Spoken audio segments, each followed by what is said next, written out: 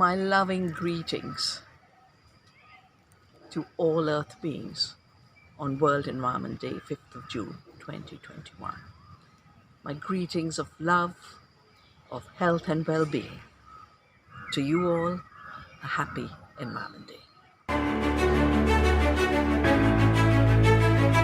And therefore, eco-restoration strategy has to be in a right perspective and in a right context for whom we are doing eco-restoration. If our purpose of doing restoration for more and more flamingos to come, then our mud flats has to be non-vegetated mud flats. We have to remove mangroves. There is no way you can save these mud flats for flamingos with growth of mangroves. So all I'm trying to say is that nature has its own recourse of restoration. The best way of eco-restoration is leave that space to nature, and nature will restore itself in much faster way than human intervention.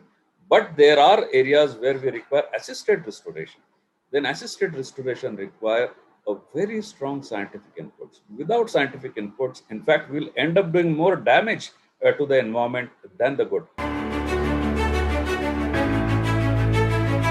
When we talk about the restoration is about the amount of the time lags. The time lags are basically because it takes some time for us to reap the benefits of whatever actions we are doing now. Or in the similar way, if we are actually doing some harm to the environment, it would take a while for the nature to explode them. So that's the reason why this public versus private benefits is very essential, is that unless we compare the likes with the likes, we are not able to sustain any of these ecosystem restoration that we would do.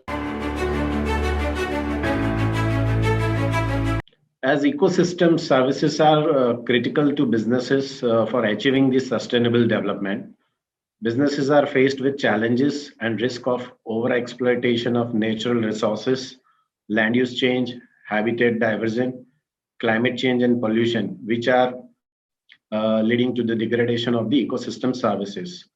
And ecosystem degradation is evident, and that is on account of various reasons, which includes harmful policies, deforestation, species elimination, weak farming, coastal pollution, commercial pressures, and climate emergence. The connect between natural ecosystems and socio-economic activity is well established, and if business as usual continues, wherein the world's ecosystems have already declined in size and quality by almost 47% versus the estimated baseline, then the loss to biodiversity will represent an economic loss of $479 billion per year. And as it is, almost 50% of the global GDP is said to be moderately or highly dependent on nature. There are opportunities, but there are challenges quite a lot. That while we do see opportunities to actually mobilize, the finance for such projects which are in the interest of the natural capital, we'll have a long way to go unless we, in India particularly, we have to do a lot of work, set guidelines, frameworks. We do some pilots, how these models work. Only then probably we'll see some light at how do we bring in more and more, the commercial capital and the finance. What we use the term sometimes conservation finance, and take it at a higher maturity. During COVID period, I think the world will and the history will be divided pre-COVID and post-COVID. So during COVID, we realized that the earth bounced back in shortest possible time. We had cleaner airs, we had cleaner rivers, we could see mountains from distances, we could see oceans from distances. We had the bouncing back of the earth was actually one of the learnings, that it recreated itself. It got into repair mode very soon. And I think if its use or abuse, was controlled or regulated, it came back and it showed us phenomenally how the green gas emissions came down. We we have been seeing growing awareness in recent years of the importance of the natural environment and the role that well-functioning ecosystems can play in supporting economic growth. Perhaps the greatest change in recent years has been the attention that has focused on the issue of global warming and climate change. We at BSE have been part of social responsibility, sustainability for over a long time. We were Asia's first sustainability exchange. We started the GreenX and CarbonX more than a decade back. We have lots of funds, which are green funds, which come into our not only normal exchange, but even the international exchange. People are responding well because it's all financially tied. As I said, the first thing is to create a very close dialogue between board of directors of NGOs and board of directors of the corporations. I think that the NGOs can contribute to the overall program, to the overall plan, the long-term aspect, because we, many of us, think very, very long-term. And in a discussion with the board of the, I'm an ex-CEO, so I know both sides. You know, if you enter a discussion between a corporation and an NGO, we're talking about 20, 30 years, and they're talking about, you know, the next quarter.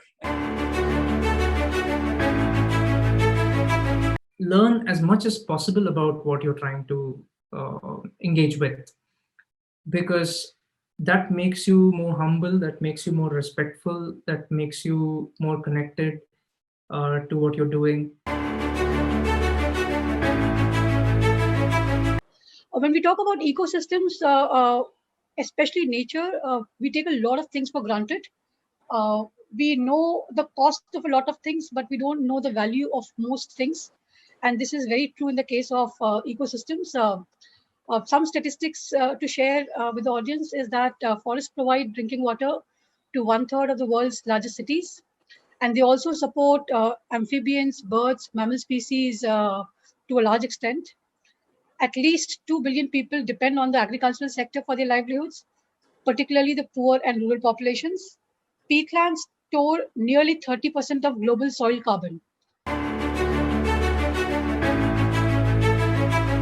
Just imagine being in such a place with water lilies and a stream with clean water. You can actually see the floor of the stream through the water, so that means it's really clean.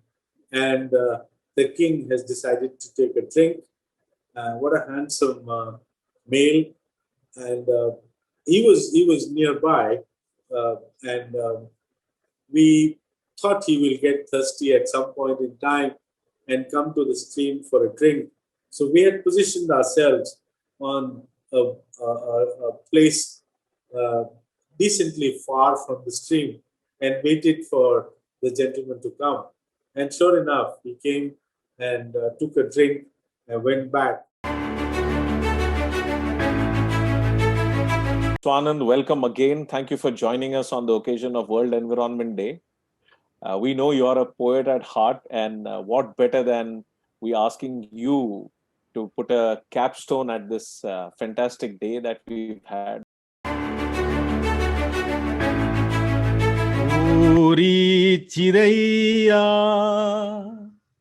Uri chiraiya, नन्ही सी चिड़िया अंगना में फिर जा रे, अंधियारा है घना और लहू से सना, किरणों के तिनके अंबर से चुनके अंगना में फिर आ जा रे. Fantastic, fantastic. Swanandji, thank you so much for joining us. And ladies and gentlemen, on that high, I think we should thank you all.